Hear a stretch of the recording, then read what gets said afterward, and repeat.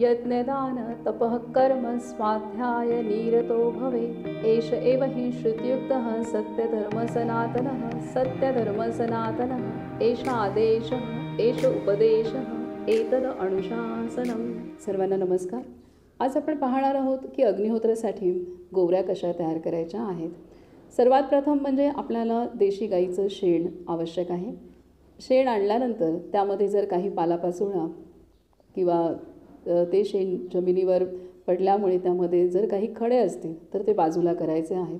तसंच दिवसभराचं आपण जेव्हा शेण एकत्र साठवतो तर त्यावेळेला त्यातील काही भाग सुकून कडक होतो आणि त्यामुळे ते कडक झालेले शेणसुद्धा आपल्याला ते मोडायचं आहे आणि त्यामध्ये पाणी घालायचं आहे आणि पाणी घालून शेण चांगलं मळून घ्यायचं आहे.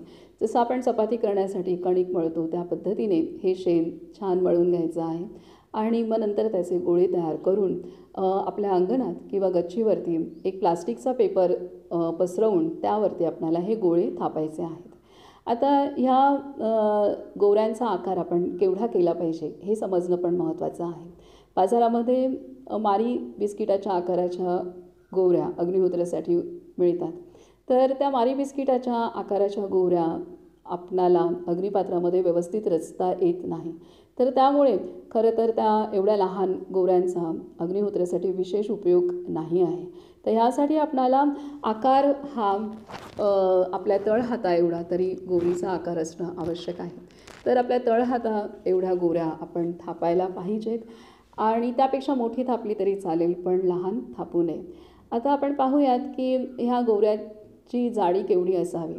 तर आपल्या जे बोटाची जाडी आहे तर त्या बोटाच्या जाडी एवढी गोवरीची जाडी असेल तर उत्तम आहे. त्यापेक्षा जास्त जर जाडी असेल तर गोवऱ्यांची रचना करताना खूप जास्त जाडीच्या गोवऱ्या असतात तर त्यावेळेला त्या तोडता येत नाहीत आणि त्याची रचना आपल्याला अग्निपात्रामध्ये व्यवस्थित बसवता येत नाही. तसंच त्या गोवऱ्या पेट घ्यायलासुद्धा वेळ लागतो आणि जर कमी जाडीची गोवरी असेल पातळ गोवरी असेल तर त्याची रचना केल्यानंतर आपण जेव्हा त्या गोवऱ्या पेटवतो तर त्या पेटून जेव्हा त्याचा विस्तव निर्माण होतो विस्तव निर्माण झाल्यानंतर त्या गोवरीचं वजन अजून कमी होतं आणि ती गोवरी हलकी होते. जर आपली गोवरी अतिशय पातळ असेल तर विस्तव निर्माण झाल्यानंतर ती रचना ढासळू शकते की जिथं आपल्याला आहुती समर्पित करायची आहे. तर यासाठी अतिशय पातळ गोवरीसुद्धा उपयोगाची नाही आहे. तर मध्यम जाडीची गोवरी थापणं आवश्यक आहे आणि जी मध्यम जाडीची गोवरी थापण्यासाठी आपल्या बोटाच्या जाडी ही पुरेशी आहे किंवा तेवढी जाडी ही छान अग्निहोत्रासाठी गोवऱ्यांची रचना करण्यासाठी आणि विस्तव निर्माण करण्यासाठी मदत करते. तर यासाठी गोवरी थापताना थोडी जाड थापावी म्हणजे ती गोवरी सुकल्यानंतर त्यातील पाणी उडाल्यानंतर जेव्हा सुकून ती वाळते तेव्हा ती आपल्या बोटाच्या जाडीच्या इतकी असेल अशी होईल. तर या पद्धतीने आपल्याला गोवऱ्यांचा आकार आणि जाडी तयार करायची आहे. आता आपण अनेकांना मनात काही प्रश्न येतात ते आपण पाहूयात की अनेक जण म्हणतात की ही गोवरी तयार करत असताना त्यामध्ये चंदन, कडुलिंब, कापूर, वेखंड, गुगुळ, धूप असे घटक वापरले तर त्याचा जास्त फायदा होऊ शकतो. तर हे वापरायचे का? तर इथे स्पष्ट उत्तर आहे की आपल्याला अग्निहोत्रासाठी ज्या गोवऱ्या तयार करायच्या आहेत त्यामध्ये केवळ आणि केवळ देशी गाईचं शेण आणि पाणी हेच घटक वापरून आपल्याला करायच्या आहेत. ह्या औषधी वनस्पती वापरण्याची काहीही आवश्यकता नाही. आता दुसरा प्रश्न असा असतो की जे पंचगव्याचं काम करतात तर त्यांना असं वाटतं की ह्या गोवऱ्या मळत असताना आपण त्यामध्ये जर पाण्याऐवजी जर गोमूत्र वापरलं तर त्याचा जास्त फायदा होऊ शकतो. तर त्यांनासुद्धा हेच सांगणं आहे की आपल्याला गोवऱ्या तयार करत असताना शेणामध्ये केवळ आणि केवळ पाणी वापरायचं आहे आणि पाणी वापरूनच शेण मळायचं आहे. त्यामध्ये गोमूत्र वापरू नये. गोमूत्र आणि शेण एकत्र करणं हे निसर्गाच्या दृष्टीने हितकारक नाही आहे. तर त्यासाठी आपणाला जसं वेदांनी सांगितलेलं आहे त्यानुसारच आपल्याला गोवऱ्या तयार करत असताना केवळ देशी गाईचं शेण आणि पाणी एकत्र करूनच मळायचं आहे आणि गोळे तयार करायचे आहेत आणि गोवऱ्या एक योग्य त्या आकाराच्या आणि योग्य त्या जाडीच्या आपल्याला थापायच्या आहेत.